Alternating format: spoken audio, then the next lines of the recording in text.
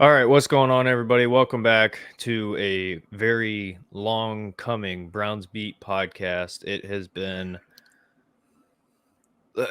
it's been a while. There's been a lot that has happened. So we have a lot to catch up on, Tristan. But as you know, this was not the plan. My life fell apart all in like 1 week and everything kind of, But we're getting back to it. We're going to get back to doing this regularly. And before we get into anything at all, and before I ask you how you're doing, I just want to publicly shame JC at jclee on Twitter. Please be sure to tweet at him. He was supposed to be on the podcast today, failed to respond up until like 10 minutes ago. So if you think that this is all show, no. Tweet at JC. I want y'all to make him hear you because he deserves it. He deserves all the hate and criticism that he can get. Let's be honest. All right. So with that being said, how are you doing, Tristan? Because it has been a while. How are you doing? Yeah, it's definitely been a minute. Good. I'm doing really good, especially after how the draft panned out. I know the draft kind of has, kind of a wide opinion amongst Browns fans. Like it's really dividing some opinion on some of these draft picks, and I'm excited to get into it. I'm really excited to dig deep into this draft, the additional ads that we got in free agency. It's been an exciting offseason for the Browns fans, and can't wait to dig deeper into that. And actually, some really good UDFA signings, which we'll get into at some point. But I'm a big fan of a couple of these UDFA signings for the Browns. So, with that being said, let's dive into the first thing here. So, if I can get this to work. So, as you can see, now I lost.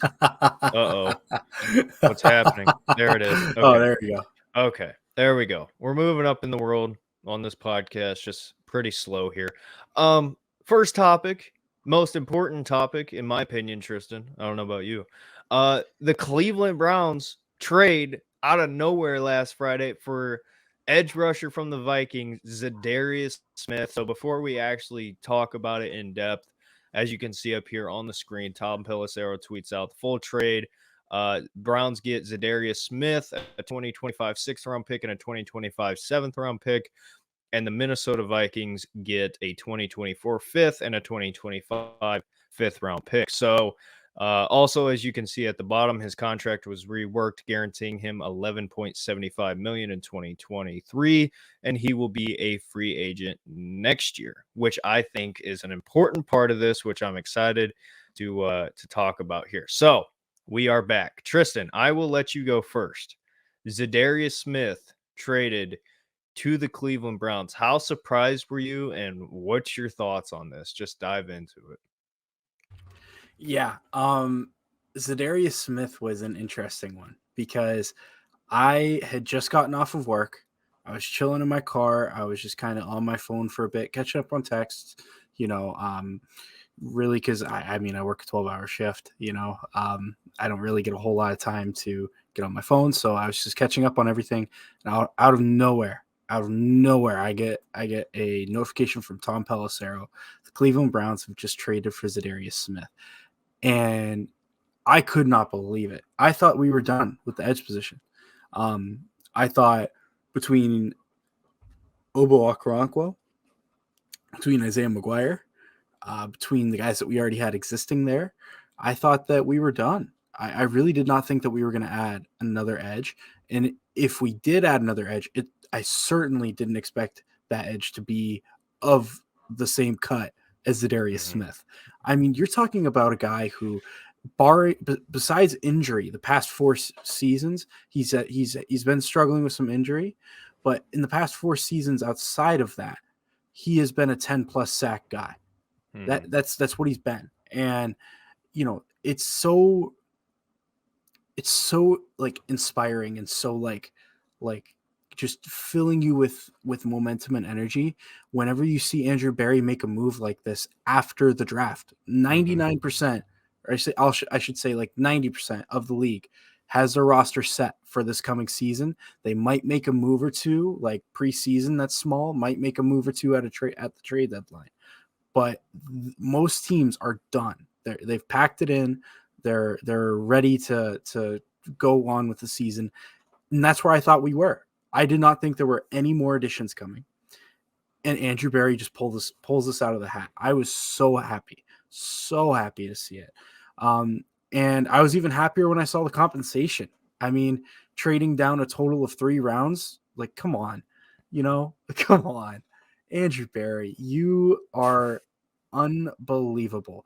I do not care what our record is this year. Mm-hmm. He deserves a contract extension. He cannot be fired. He has done every single little thing he possibly could to put this team in a position to succeed. I mean, you look at just what we've done along the defensive line this offseason, not to mention the stuff that we've done around the defensive line, on the offensive side of the ball, on the defensive side of the ball, not with the D-line, with the secondary in particular. Like, he has done an unbelievable job. And I don't know if there is many guys in the NFL that do the job that Andrew Berry does and do it better than him. I can think maybe one guy, and it's the guy he learned from, Howie Roseman. Mm-hmm. I mean, outside of that, it's, you're fighting tooth and nail. And that's a high bar too, to even be in the same conversation as Howie Roseman. Yeah. Now, I'm not saying Andrew Berry's better than Howie Roseman. I will not say that. Howie Roseman has won a Super Bowl. He has been one of the best executives in the league for a decade plus at this point. He's been unbelievable. So, I mean, yeah, but either way, Za'Darius Smith, super happy, super excited. And the versatility and depth that this move provides for our edge rush. I mean, we're now in a position where we have guys that like that position is so deep. We're thinking about, like, is Isaiah Thomas going to make this team? Mm-hmm. And he had a for the 6th round pick that we used on him. Was it I think he was a 7th rounder. Yeah. Like, the production we got out of him was fantastic. Like, you would be incredibly happy with keeping him around and seeing how he can continue to develop.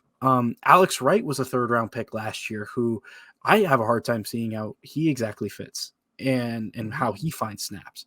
Like, I look at this depth at that position now, and I say, I can trust that whoever we're putting next to Myles Garrett, we can get 17 solid games of production there. Whether it's, we expect the majority of that to be coming from Za'Darius Smith. We expect a good chunk of it to come from Ogbo Okoronkwo. But if for any reason those guys are unavailable, whether they're injured or just not having a good day, we have guys in the depth of that position. Isaiah McGuire, Isaiah Thomas, Alex Wright, who you can trust can give you a good game and fill in. And that's what excites me most about this position. You saw it last year when we lost Myles. We lost to a terrible Falcons team, and it was embarrassing. And I never want to see that again. And I think Andrew Berry's made some moves that kind of emphasize that fact. So yeah, enough with my rant. Derek, Za'Darius Smith, what are your thoughts? I'm curious, how did you find out about this Za'Darius Smith trade? So may or may not have found out through Tristan. But similar situation to you. Ironically, I just got off work. I went and did some quick shopping after work. It was pouring down rain here, and I just didn't really look at my phone, for a while. And I pull into my driveway, and I've said this in the Za'Darius Smith initial video. Pull into my driveway, pull out my phone, and Tristan said, like, "Oh my gosh, we just got Za'Darius Smith," and I'm like, "Bro, stop! Like, don't lie to me right now." And sure enough, it happened. And I think it's funny because the Browns currently are one of the most overlooked teams in the NFL, right? And for better, for worse, that's a reality. Because of Deshaun Watson, we are one of those teams that the NFL and ESPN and all these programs just won't talk about us, which, fine, I'm cool with it. But the football guys right, who played and who understand things are going, like, y'all don't understand what just happened in Cleveland, and it's for good reasons. Za'Darius Smith is an absolute game-changing, season-changing move by Andrew Berry, and Okoronkwo, I thought was gonna be good. Like, I obviously not great as far as, like, compared to Za'Darius Smith, but I was confident with him, right? This is a guy who over the course of his career has, increased throughout every season with production. And I had no doubt that he was going to put up similar numbers and probably even better numbers with a higher snap rate. And now he becomes a number three, right? He's now moved into that third role. And you talked about it. Za'Darius Smith, three-time Pro Bowler in 2019, 2020, and 2022, second team All Pro in 2020. And you mentioned the sacks. These are the last three seasons he played. 2019, 13 and a half sacks with the Packers. 2020, 12 and a half sacks with the Packers. He was hurt in 2021. He had a back injury. So that is fair to mention that, he's racked up a couple injuries. But last year, 2022, with the Minnesota Vikings, he had 10 sacks. 10 sacks last year with the Vikings. And then go ahead. I was just going to say, and not to mention, majority of those came in the beginning half of the season. I think it was like 8.5 in the beginning part of the season. And then I think he got a knee contusion was the Yes. technical, like, kind of breakdown. And he kind of wasn't really the same after that. But 8.5 sacks, I think it was like in the first half of the season, which is unbelievable. Yeah. So coming off of 2021, with that back injury, everybody's going to be talking about, oh, can he still play the same? And he puts up 10 sacks. And like you said, there's a clear dip off at, with his time in Minnesota because of that knee injury. And you got to understand too, it's not like Minnesota was a Super Bowl contender. So, and they weren't bad by any means. They weren't bad, but Za'Darius, his play just kind of dipped off. But you're talking about a guy, and this is really what I want to get into. And you mentioned a little bit of it there, and I want to talk about this further. Couple things. Number one, perfect scenario for both sides, for the Browns and for Za'Darius Smith. Could not be a better situation for both sides. Za'Darius was done with the Minnesota Vikings, wanted to move on, said goodbye to the fans, didn't want to be there, right? We know how that is. We just saw that with Jadeveon Clowney. Like, there was no way he was coming back. So he needs to find a new team. Now, he's going to be 31 years old, during the season. He's 30 right now. He's looking for one last big contract. He's looking for that final contract. And I said this in my initial video. If you're a good edge rusher in the NFL, you're always going to be able to make money decently, right? Maybe not a giant contract, but you're going to be able to get a cheap 1 year decent contract. That's not going to be too much and it's not going to be too less. Does that make sense? So for Za'Darius, he's at that point in his career where it's like, I got to get that last bag. I got to get that last bag. Where does he go? He goes to the Cleveland Browns to play opposite of one of the most dominant pass rushers, defensive ends in the NFL, in Myles Garrett, right? So for Za'Darius' side of things, he now has the best opportunity to put up the best numbers in his career. Because Danielle Hunter is great. Yes, I think Danielle Hunter is a fantastic player. He's awesome. He's a great defensive end. He's not Myles Garrett. He's not. And I'm sorry, Vikings fans, if you're watching this, you're going to get offended by that. Understand what Myles Garrett is. Myles Garrett is a one of a kind. There's literally like three guys in the NFL, maybe four. Aaron Donald, Myles Garrett, TJ Watt, Nick Bosa when he's healthy, right? And Micah Parsons is working his way up there, but like there's a big difference between elite and really good. And Myles Garrett is elite, and I would say Danielle Hunter's really good. That's just me personally, right? So Za'Darius, can you tell I'm excited about this, Tristan? Za'Darius is now playing with an absolute monster on the other side with Dalvin Tomlinson in the middle, which everybody's forgetting about Dalvin Tomlinson. And this is what I mean when I say best for both sides. Za'Darius is now in the best spot for him to put up the best numbers heading into a contract year. So he's got that motivation there, right?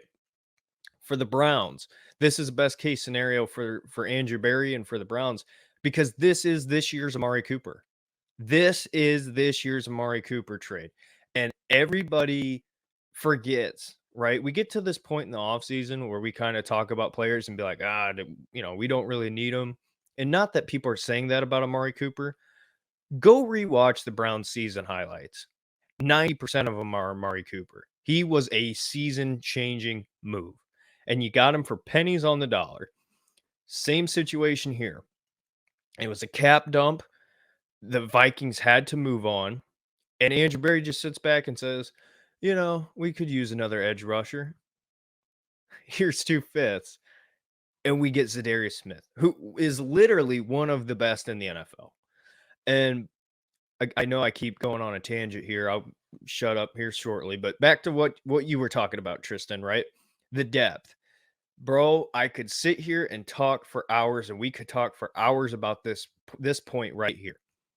Look at that defensive line. And people were upset with me when I said this before. I don't understand it. So, Tristan, I'll get your thoughts on this. When you have Myles Garrett and Za'Darius Smith and Dawand Tomlinson, I don't care who the second defensive tackle is. You can find somebody to be competent.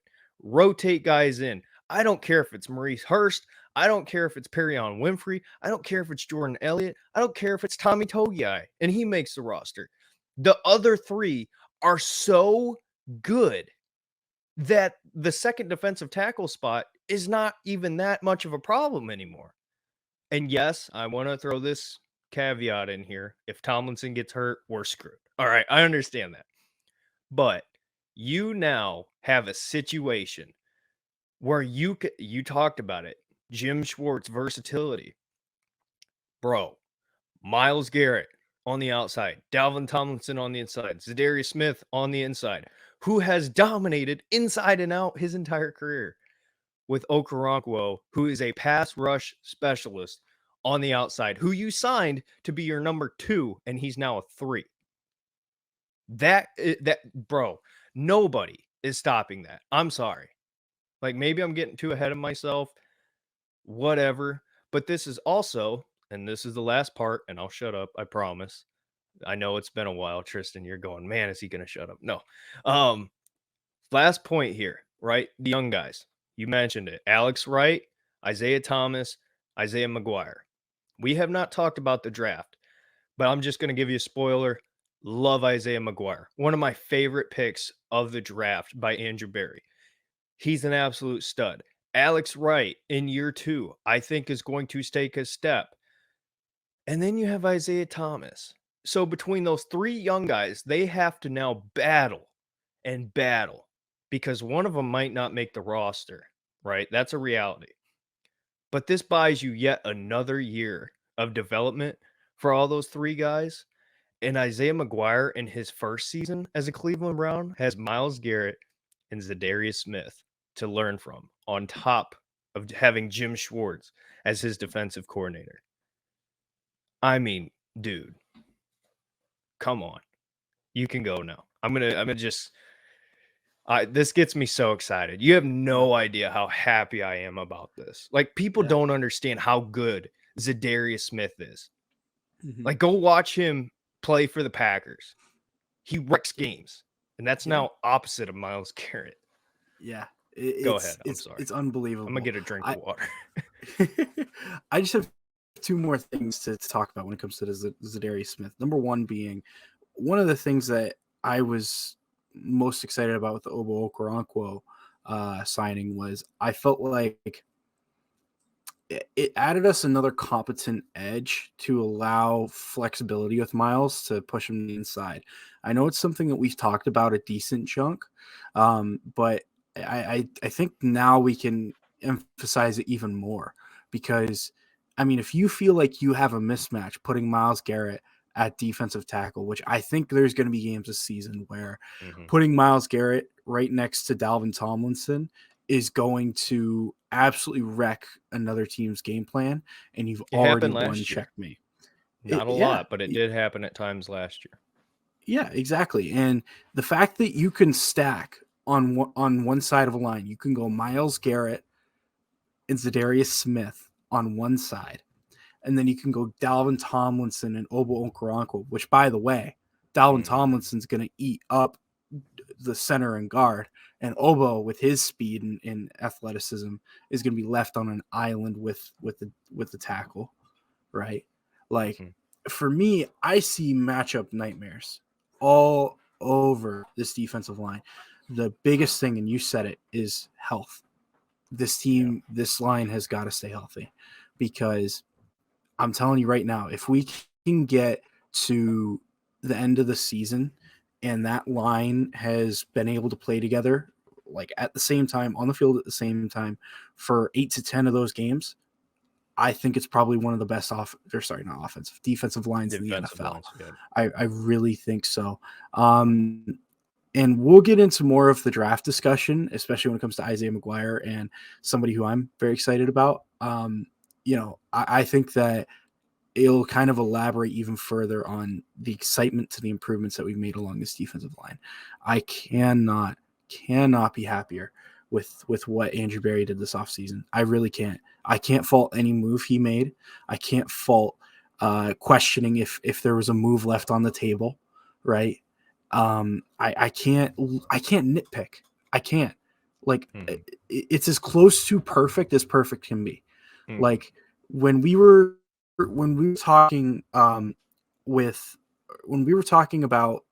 the additional signings of Thornhill and Obo Okoronkwo and Dalvin Tomlinson, and we were kind of going into those moves that we made, and even the Elijah Moore trade, we were really happy about those moves. And I think I want to say you gave the offseason a B+, and I think I gave it an A- at that time.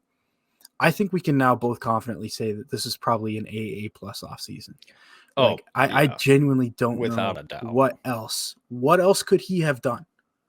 What else could Andrew Berry have done? So we'll dive into the draft here.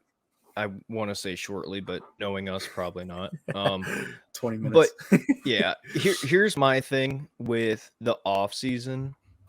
Andrew Berry, everything kind of lined up perfect, right? Because if you listen, I don't know if you heard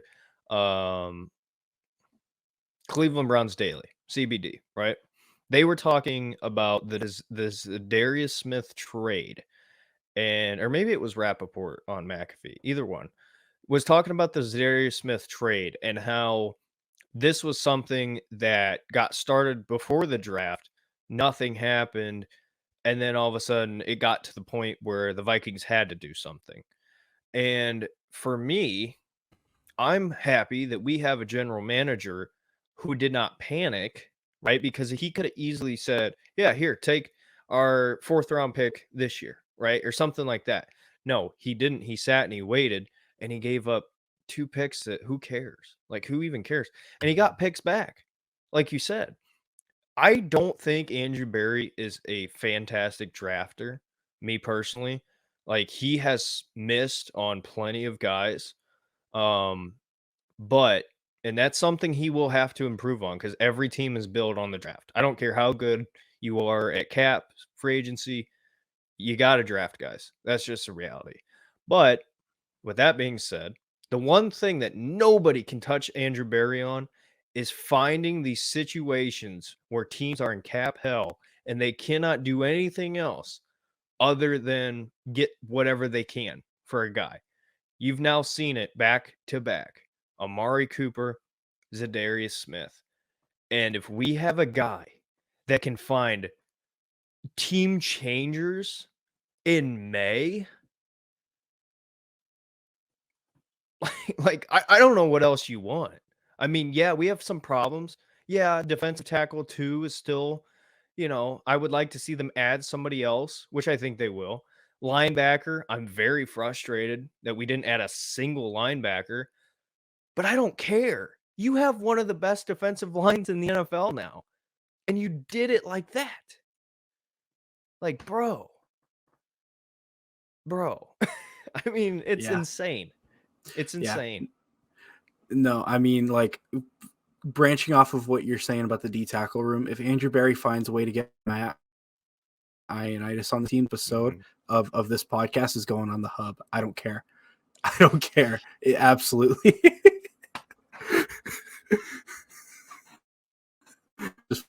Well, welcome back to the Browns Beat Podcast. We are back. Welcome back. Anyways, sorry. We can cut that if you want. I'm sorry.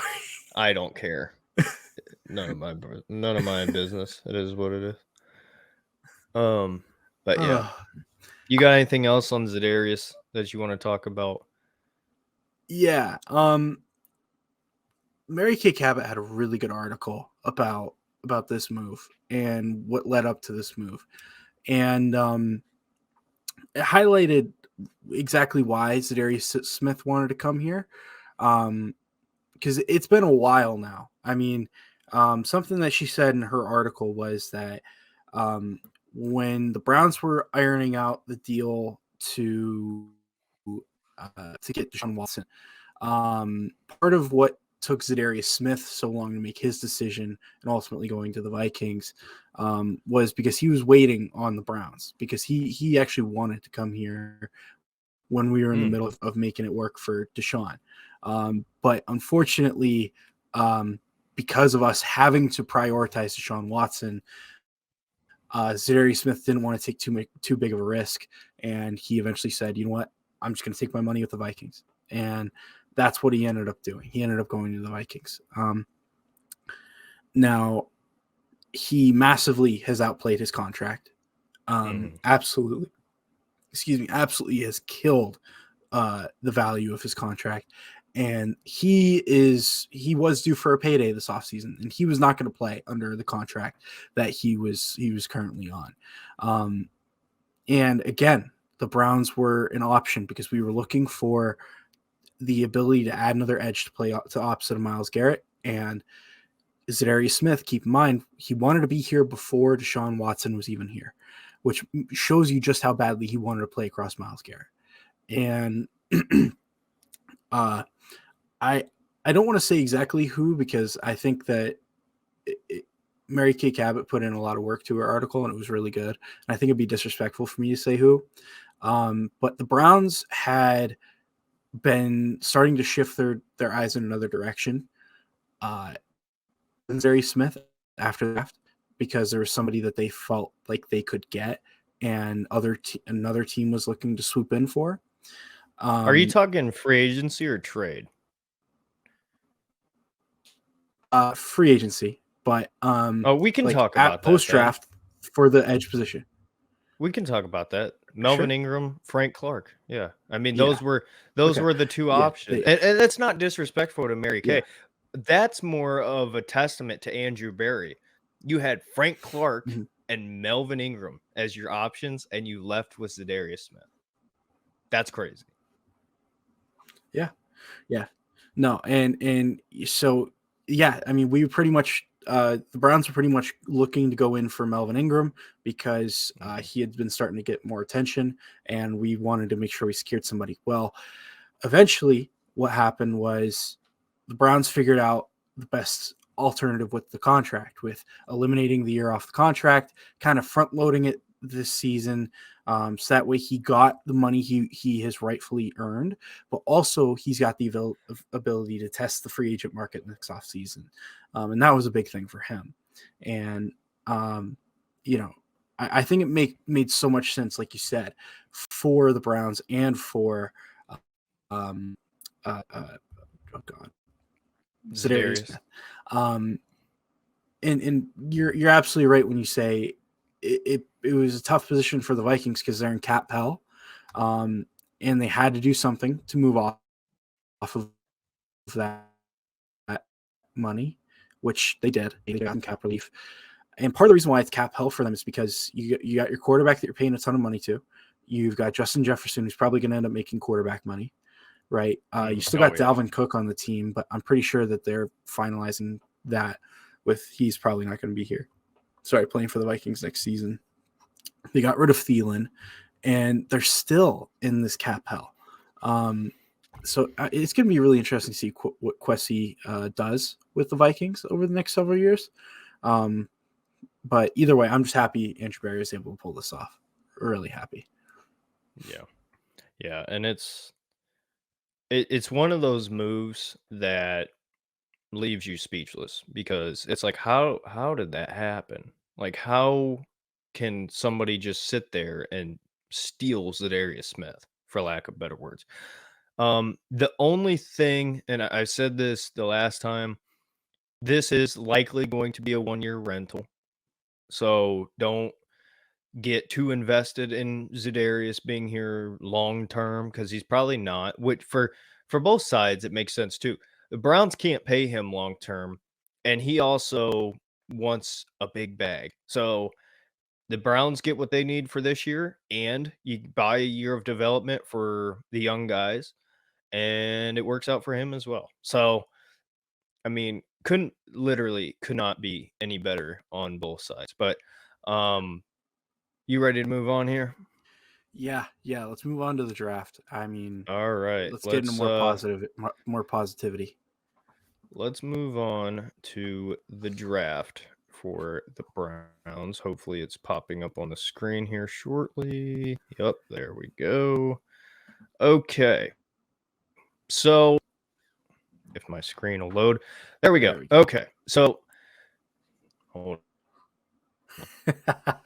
Let me hit FN. Thanks for after I've already went back. All right. So this will be an interesting conversation, Tristan, because my opinion. Oh my gosh, PFA, bro! The first time ever using screen share. Oh my god! I'm very concerned about Quinn. My god. This is, bro. This is so funny. This is the worst thing I've ever seen in my life. Just trying to do screen share for the first time, and this is what happens. Okay. Are you ready? Can we talk about this? I'm ready. Yeah. All right. So with the first pick, as you see here, round 3, pick 73, which, by the way, I don't think that's right. It's pick 74. We picked Cedric Tillman. Right? Because the Giants jumped us and picked old buddy from Tennessee also. Jalen Hyatt, yeah. Jalen Hyatt. I'm pretty sure they picked. Yeah, I don't think this is accurate. Anyway, doesn't matter. Whatever. Yeah, the Browns picked Cedric Tillman with their first pick. Tristan, I'll let you go first. Yeah. Cedric Tillman, I think, provides more versatility to the wide receiver room. When we talk about a guy who we've had a need for the past several seasons, it's been that big body receiver you can trust to go up and get it. You know, like a guy who could truly like lay out over the top and just fucking body somebody, right? And that's what I think we've got here, is a guy who's just aggressive, who attacks the football, and has that unique ability to come down with it when he's in a crowd. I think it provides versatility, like I said, and it's something where I think he's going to have a couple of games this year where he's able to provide great value for us, and that's a great thing to say about a rookie that you brought in 73rd overall. Like that's a really, really good thing. And when you're in a championship window, like this Browns team is, like, I think without a shadow of a doubt, this is the year. If we're gonna really go for it this year and next year, those are the 2 years that we're really gonna have as two big swings at this thing. And I think this year might be the best opportunity that we get. I really do. I think this team has to go to a conference final minimum. Or not conference final, Jesus, a AFC championship game. I'm thinking hockey, because hockey playoffs. But in Cedric Tillman, I think he's got be an impact player, like in a certain role year one. And that's a fantastic thing to say. So Derek, Cedric Tillman, what were your thoughts? I know Jalen Hyatt was your guy, and I know you probably were heartbroken when you saw that the Giants leaped us to pick him, but you Not at don't all. look upset. Not at all. I was thrilled with the pick because a couple things. I've been pounding the table about wide receiver for how long now, Tristan? You know me. I've been sitting here saying we need Forever. receiver, we need receiver, we need receiver, we need guys long term with Deshaun. Go ahead. Yeah, I'm pretty sure you even said like this offseason it was our number one need. I'm pretty sure it was either number one or number two for you when we went into the offseason. It was like that high. I don't know. It was one of the two. Yeah. Yeah. Because the reality is you have a situation where Donovan Peoples-Jones' contract is up next offseason. The Browns can't afford to pay him what he's probably going to get paid. That's the reality. I mean, unless DPJ loves Cleveland and wants to take a discount, odds are he's off the team. And I'm sorry. I know I love DPJ. I loved DPJ before half you Browns fans even knew who he was. All right. I was the one jumping up and down, screaming when we drafted this dude in the 6th round. Right. So I don't want to hear anything about, oh, you hate DPJ. No, don't tell me that, because that couldn't be anything further from the truth. But here's the reality. You address position of need, wide receiver. You now have a guy who is for sure here the length of Deshaun Watson's contract, who is good. This is a giant dude. He's a big receiver, big body receiver who's got really good speed for his size, has a massive catch radius, plays aggressive. He plays AFC North football, playing in the SEC, right? This guy, and I know people hate to hear this, but it is the truth, and it gets said a lot. If he didn't have the injury, he would have been a 2nd-round pick. I have no doubt about it. When you have guys like Jonathan Mingo going as high as he did, right? Because he's worth that pick. I was talking about Mingo for a long time. He's a great player. Tillman would have been right up there with him, but he kind of slipped under the radar because of his injury and because of the rise of Jalen Hyatt, which is warranted. I think Hyatt's going to be a good player, but Tillman was better all around, better overall than Jalen Hyatt, right? But here's the second part. When you say you're surprised that I'm not mad about Hyatt. Hyatt doesn't really fit a need as much as Tillman does, because you now have your DPJ replacement. Tillman has all the same skill sets as DPJ, except I think he's a little bit more athletic and he's a little bit faster. And obviously he'll have to develop, but for next season, you have both of them on the roster. So I think it's a fantastic pick. I think this is a pick that you're going to look back at and say, man, I can't believe the Browns got him that late. And I'm excited. I'm excited because he's a stud. He's already looked apart in rookie minicamp, according to Mary Kay and everybody who's been there. I'm excited. The dude's a beast. I can't wait to see how he fits in. I don't know what his playing time is going to be next year. But as far as the long term, this makes a ton of sense. I can't even describe to you, Tristan, how happy I am that they went receiver, because this was such a glaring need that nobody wanted to acknowledge. So I'll leave it at that. For me, this was an A+ pick. I love it. Love it. Anyway, on to the next. Yeah. Or you want to talk about that more? No, I'm ready to move on. Only thing I'll say is me talking about Jalen Hyatt being your guy reminded me we need to talk about Rodney McLeod. We'll do that after we finish the rest of this draft stuff, but we need to talk about Rodney McLeod because he was my guy. So I'll get into that more of that later. But yeah, Derek, lead us into Siaki Ika. Tell me about him. Okay, so this is where me and you will disagree a little bit. I'll tell you that right now. Yes, we will. Yes, we will. 3rd round pick 98, Siaki Ika. Okay, let me start with this, right? Because there's two separate ways to look at this. There is the way of looking at it as he's a Brown. What can he do, right? He's a Cleveland Brown. Nothing's changing that now, right? He's on the roster. So there's that point of view, and then there's the draft point of view at the time. Let me give you my draft point of view. Defensive tackles were starting to fly off the board. Even guys that I thought weren't worthy of being picked there started to go off the board. This was obviously such a position of need that Andrew Berry was going to do it. In my opinion, I think Berry panicked a little bit. Not drastically, not crazy, like take a 6th rounder in the 3rd, not that. But I do think he reached a little bit with this pick. And what pissed me off the most, Tristan, wasn't that we necessarily picked Ika or that we went defensive tackle, because there was other guys that I liked more, right, at defensive tackle that I think offered you a more versatile role, which is what I was looking for. But, it's fine. Obviously he's a member of the Browns. I want him to be great. But what pissed me off was the value that was left, right?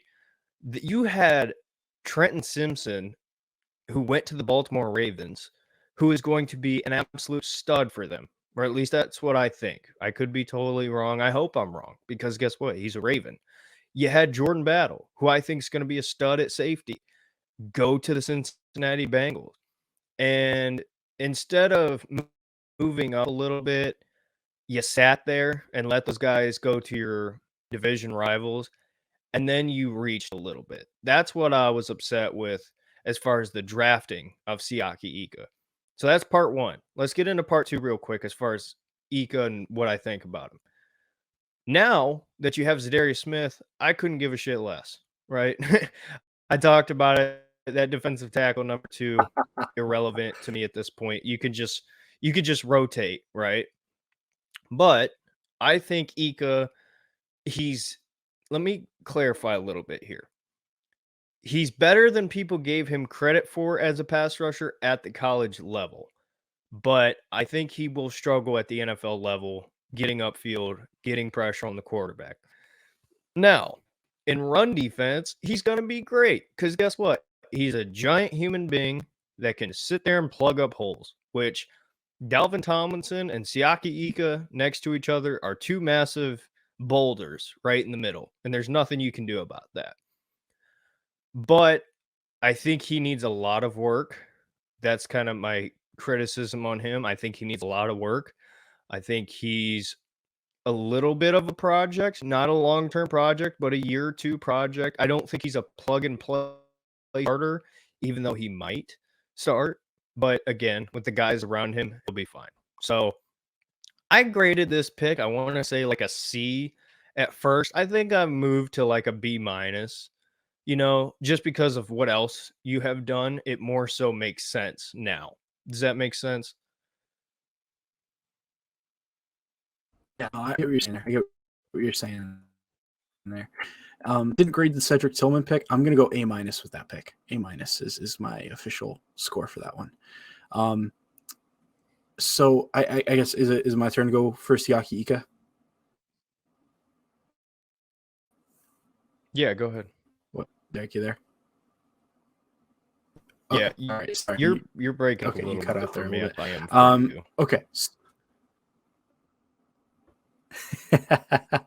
Okay. All right. Technical difficulties aside, Siaki Ika, my thoughts. In my opinion, You can hear me, though? Siaki Ika was the guy that I looked at. I can hear you, yeah. It's just like kind of delayed. Go ahead. A little bit Go delayed. ahead. That's okay. All right. Okay.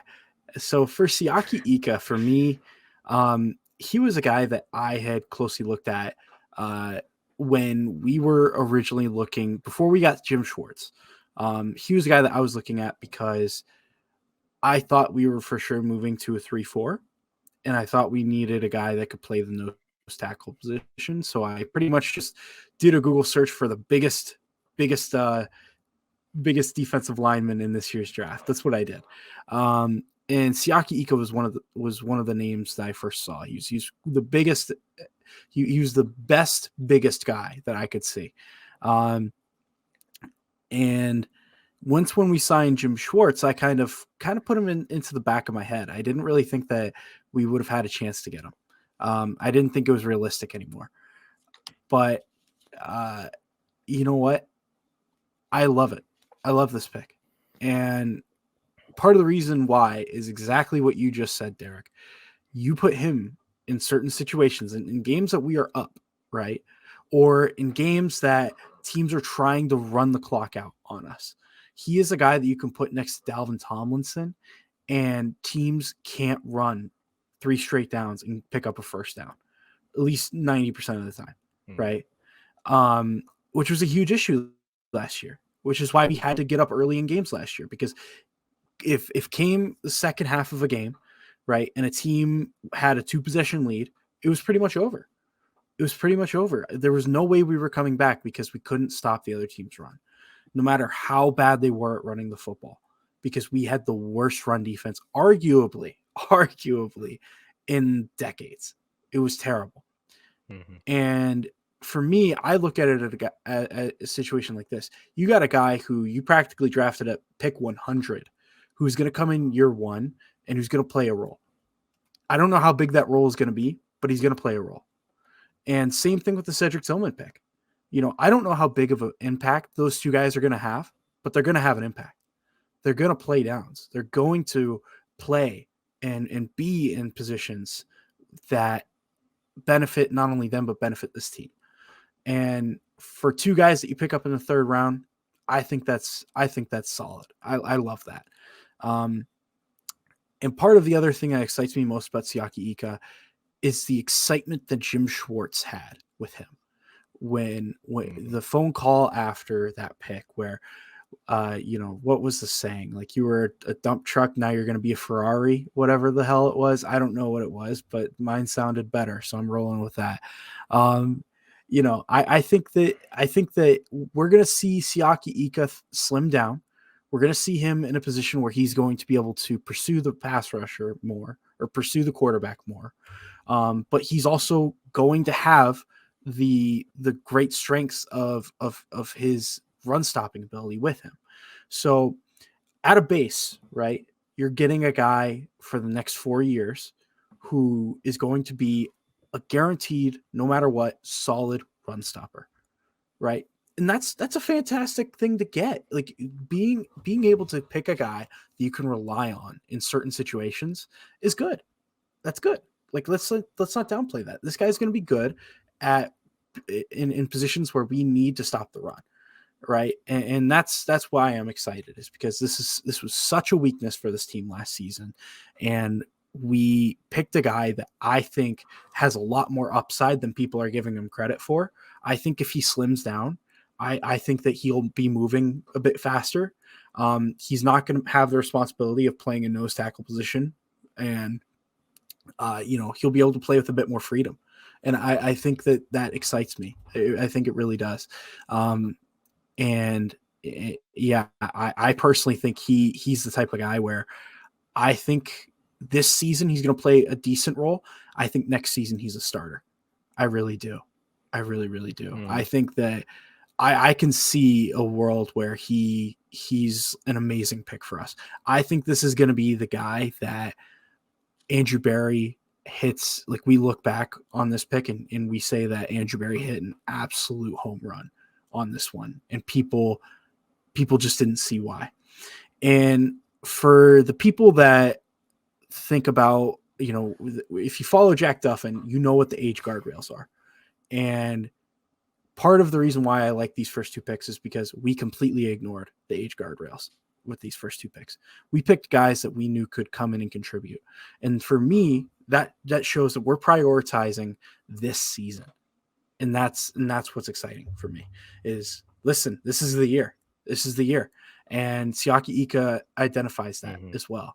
Part of the other reason why analytics community doesn't like him is because of the terrible RAS score. And all I have to say is this: we have, as a Browns fan base, we have absolutely gushed over oh my God, DJ Reader, who plays for the Bengals. We have absolutely gushed over that guy the past several years, wondering how the hell can we get somebody like DJ Reader on this football team, because he is absolutely fantastic at what he does. Siaki Ika has very comparable RAS scores to him.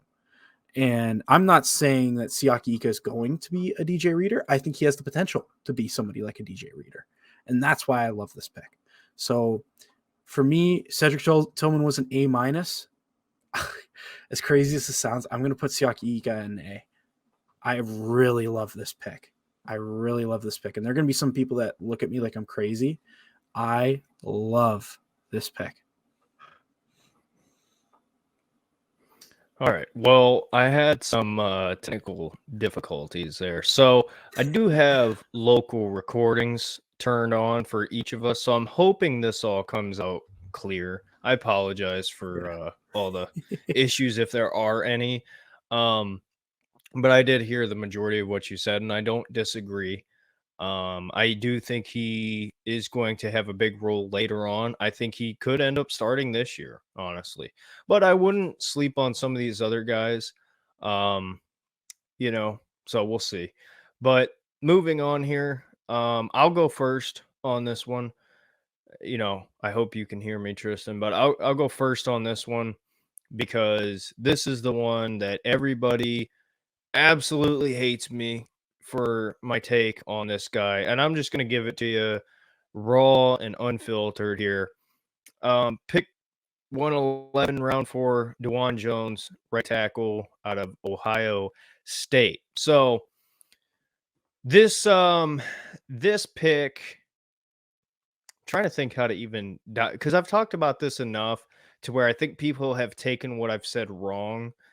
So I'm trying to think how to put it into words the right way, what I'm trying to say here. Let's start off with this. In terms of value, right? People are saying you got a guy who is an early second round pick, late first round pick in the 4th round. Great value. Okay. Technically, from the experts and people who grade guys, sure, you could say that. Personally, I've watched every snap Dawand Jones has taken. I have not been a fan of him for a long, long time. I think the draft grade of him being a first-round pick, early second, is all based on his size. He moves at his size, not actual production. Now, a lot of people are going to be pissed at me when I say that because look at his production at Ohio State, right? He was good at Ohio State. Okay, so on the field, he's not terrible. I want to make that clear. I don't think Dawand Jones sucks. I don't think he's going to be an absolute bust. But this is, and I've said it once, I'll say it again. This is the biggest boom bust pick Andrew Berry has ever made, and might be ever will make. Because here's the thing.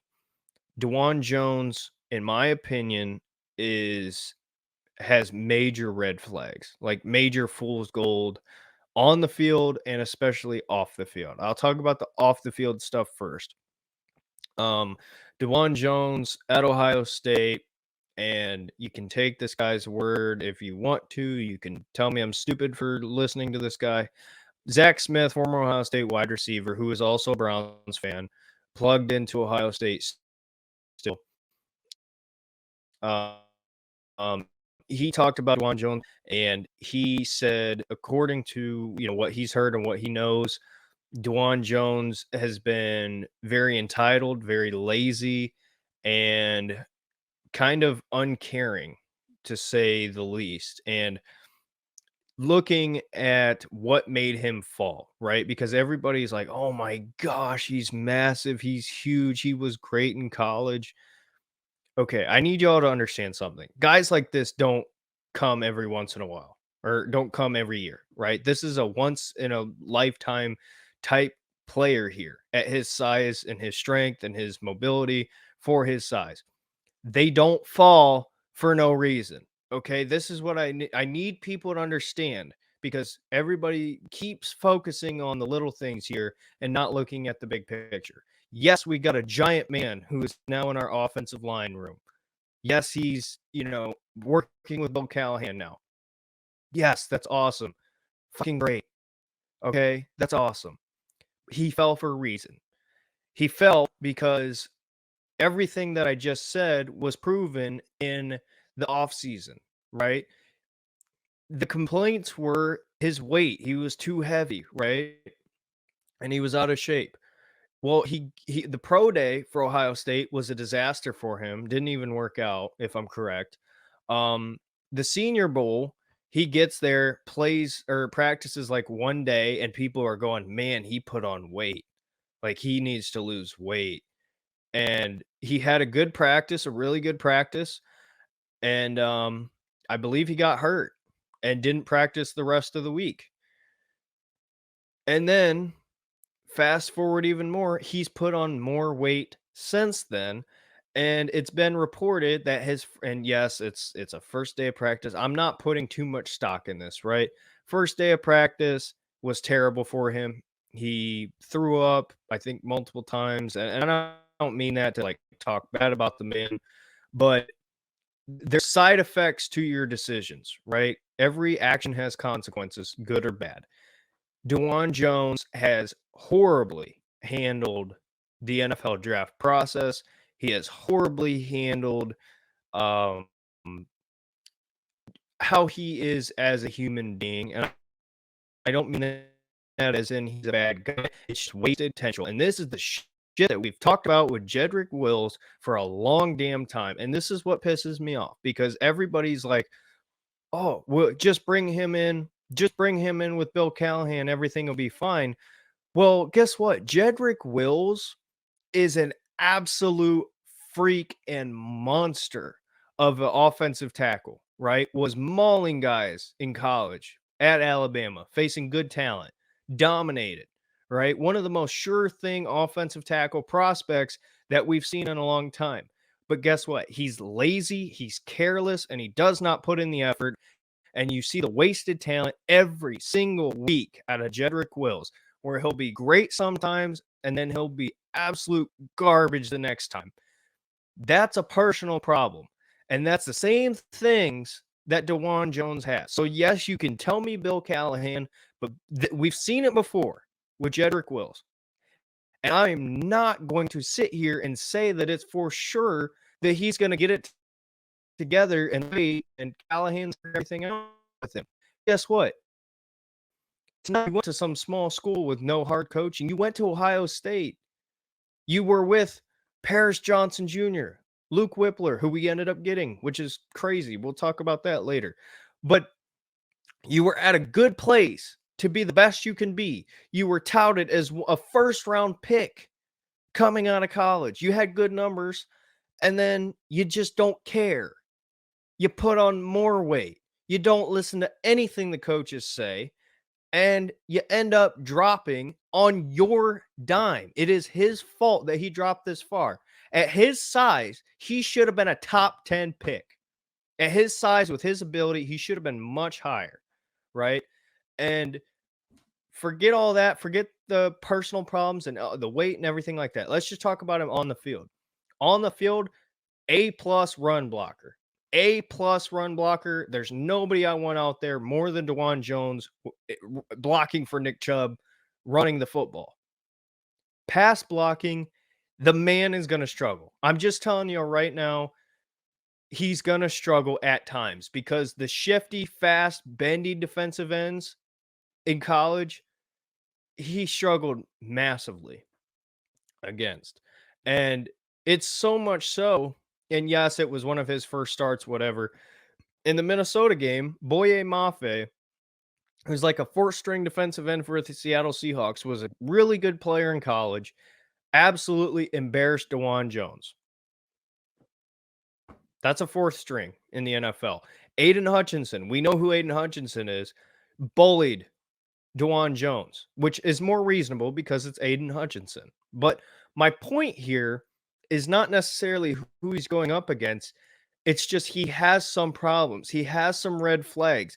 And the fans keep ignoring it because he's massive. I don't care how big he is if he sucks. So hate me all you want for saying this stuff, but it's the truth. And people keep ignoring it. And I hope he does. And this is what I mean. And I'll shut up because I know I've been ranting. But biggest boom bust pick of Andrew Berry's career. Either he's going to be a great Hall of Fame level tackle or he's going to be out of the league. I mean, it is literally the parallels there are crazy. And it all depends on Dawand Jones. I have nothing against him personally. I don't know the guy. He's probably a good dude, whatever, right? He was good at Ohio State, right? He actually, you know what? Everybody's going to think I hate him. My favorite thing to watch is Dawand Jones when he's pass blocking and he gets the people who try to like straight up bull rush him. They're like offensive linemen are taught, like if a D lineman puts your hands like directly straight out on you right here, the swipe move, right? Just if you're going to push down on me, I'm just going to put you on your face in the ground. Dawand Jones does that better than anybody I've ever seen. But that doesn't mean that he's perfect, right? You can pick plays and highlights. That doesn't mean he's perfect. I've seen it his whole career. I've seen it in person. Yes, he's a massive dude, but if you want to sit here and pretend like he has no problems and we got a Hall of Famer in the 4th round and he's going to step in and be the starter at left tackle, you're crazy. You're crazy. And I'm not saying it's a horrible pick because guess what? 4th round, pick 111, take a shot on a guy like this. I'm not that upset with it. I'm really not. But what I am upset with is the hype that he's getting, because you're putting an expectation, but you know what I mean, the fans are putting an expectation on Dawand Jones right now that he cannot fill. He cannot fill that expectation right now. And this is what I said. This is a long-term project. This is a 2+ year project. I know Cedric Wills, 5th-year option, right? We need somebody to start at left tackle.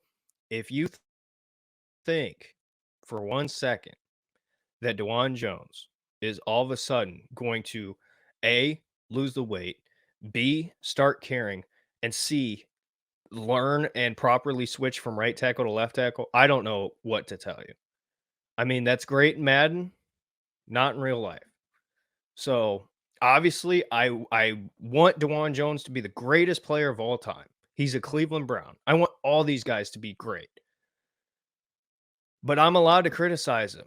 I'm an Ohio State fan, right? I mean, if there's one school that I love players, it's Ohio State players.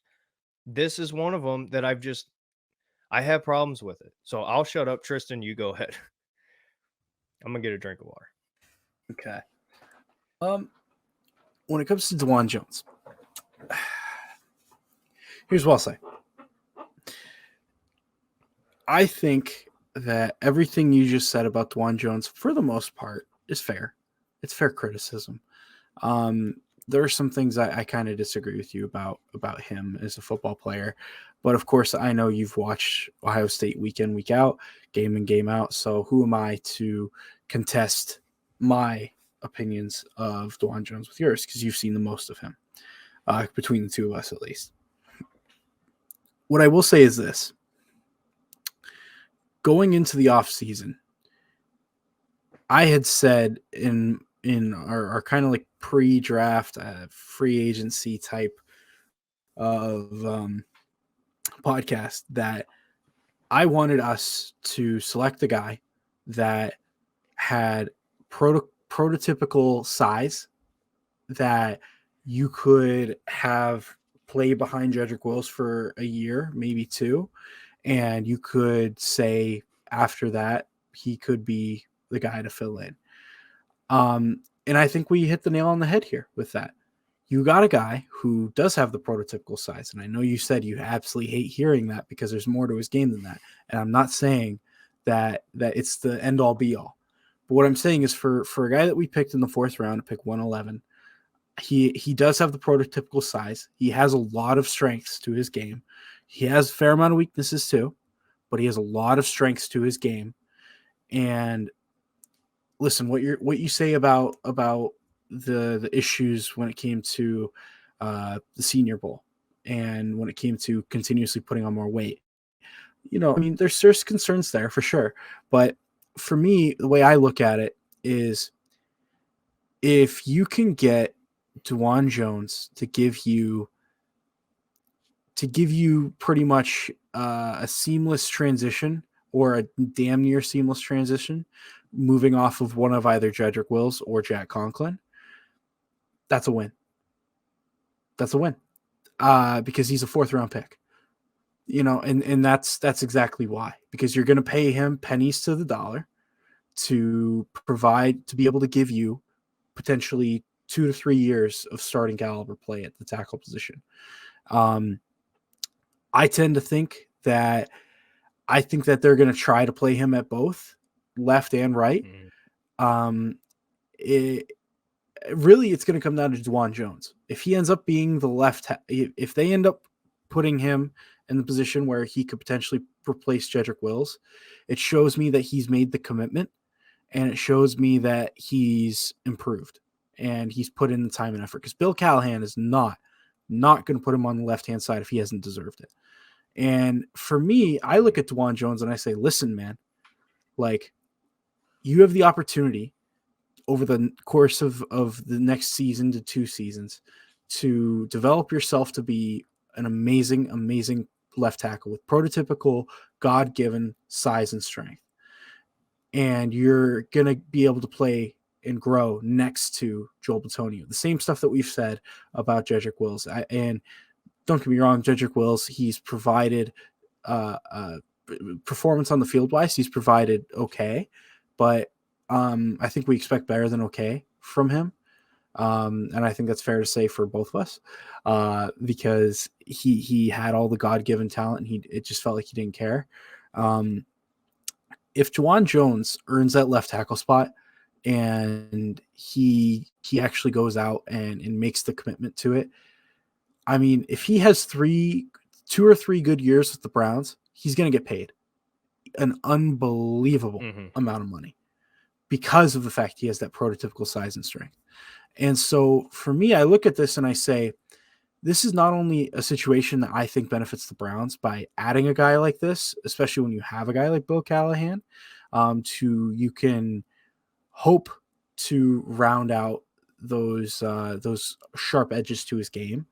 But also for Dawand Jones, this is absolutely a situation you want to be in. You're not going to be pressured year one into being the guy. You're not. You're going to be able to kind of sit back, learn, and be able to just put in work and put in work and develop and get acclimated to the NFL speed and, truly prepare yourself for a battle year 2. Because I think year 2, not this next season, but the year after this season, right? Where Cedric Wills is playing on the 5th-year option. Cedric Wills at $15 million. If he's able to still be what he's been so far in his career up to this point, he is worth a 1st or 2nd round pick with 1 year, $15 million. As crazy as that sounds, it's because of how insanely valuable the left tackle position is. He gives you league average play, and a team I think would pay a 1st or 2nd round pick to get him for 1 year at $15 million. I think that's realism. I think that's realistic that could happen. And if Dawand Jones is able to force that to happen, this has been an unbelievable pick. And I like it for what it could be, more so than what it's possible could be negatively.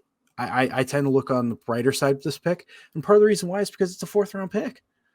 It's 4th round pick. I mean, really, like, worst comes to worst, right? Dawand Jones plays here a couple of years, maybe is kind of like what James Hudson was this year, where, you played him as like your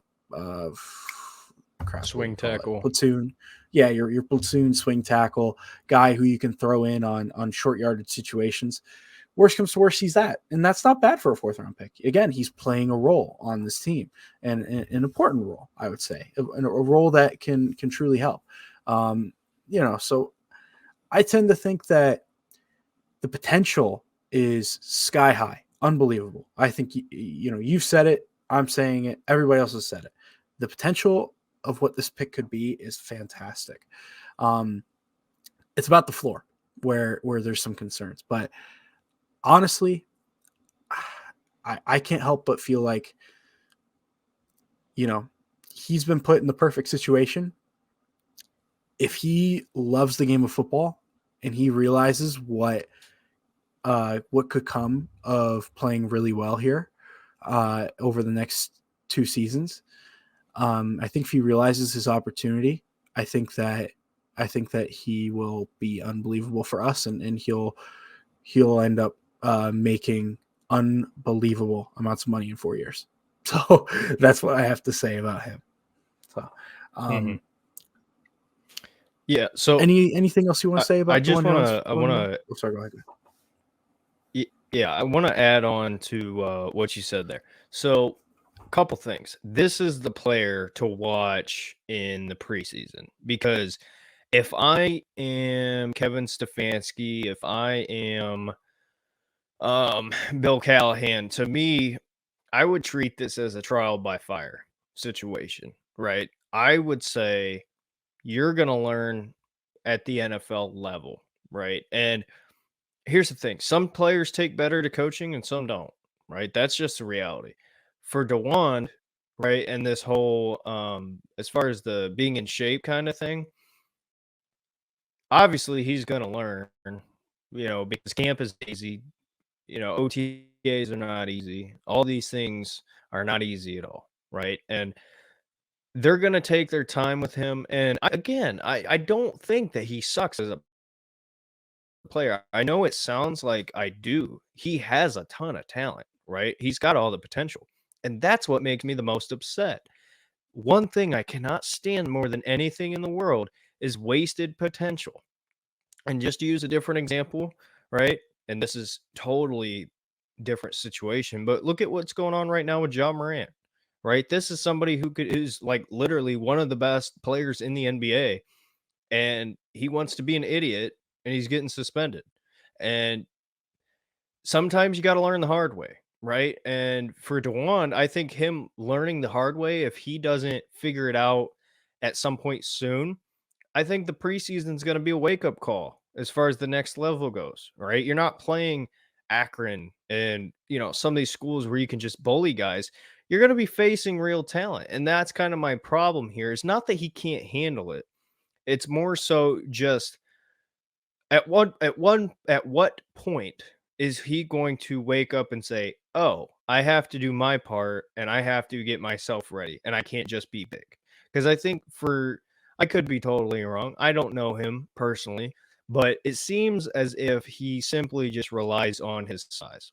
And this is something that I think another guy from Ohio State, Zach Harrison, learned the hard way coming out of high school. Well, this different situation, but high school into college, Zach Harrison was projected to be like a number 1 overall draft pick, a defensive end, top 5 in the NFL. And guess what? Another guy who was picked super late because didn't develop into what originally was thought of him. Because at the high school level at Olentangy, he used his size and his athleticism. College, he never really developed as like this crazy pass rusher, and he wasn't bad. He was solid, right? And I talked about him. He was a guy that I would have picked had he fallen really late. But I mean, it's just that I think don't think it's one of those situations where it's a wait and see thing. And I hope to God that he figures himself out and he wakes up, because if he does, yes, he's got all the potential. I think this is unfortunately, I think this is a situation where it's like prototypical big guy playing offensive tackle that just doesn't put it together. Unfortunately, that's how I feel about it. And people have said, I don't know if I've talked about this on my channel, but I'm now partnered with the Dogs podcast. I'm a part of their team. And I talked about this a little bit more, and somebody had said, it sounds like you're just mad that that the Browns didn't get a player I wanted. There was nobody. I mean, it wasn't like there was one single player that I was like, oh my gosh, pick him now, pick him now, pick him now. And then the Browns took Dawand Jones. It wasn't that. It was more so when we picked Dawand Jones, it was like, all right, this is now our problem to deal with. Sorry. I mean, this is a player that I was hoping the Bengals would reach and take in the first round. This is a player that I hope the Steelers, if they didn't go offensive tackle in the first round, I hoped would get later, because just my personal opinion, I hate viewing it this way because I'm really not trying to be a negative person, but I just, based on what I know about Dawand Jones, my personal gut feeling tells me it's not going to be good. I hope I'm totally wrong. I hope everybody who says you're an idiot in the comment section, I hope I'm wrong. And again, I was wrong on Emerson last year. He was great. So I hope this is another situation where I can come on here and be like, thank God I was wrong. But unfortunately, I think this is a long-term situation that you're going to have to take step by step, and you have pace with Dawand Jones. And that's the tough thing, is like, I don't really know if we can have that patience, because I think we need to get a replacement for Jed Wills ASAP. And I don't think Dawand is that guy. I think he's a right tackle. And, you know, with Conklin, yeah, sure, you can move off of that contract, but then it's like, I don't know. To me, there's simply too many red flags for me to be okay with it. But then again, you got him in the, like you said, so it's like, so what? It is what it is. I mean, Andrew Berry drafted Anthony Schwartz in the 3rd. So, you know, it is what it is.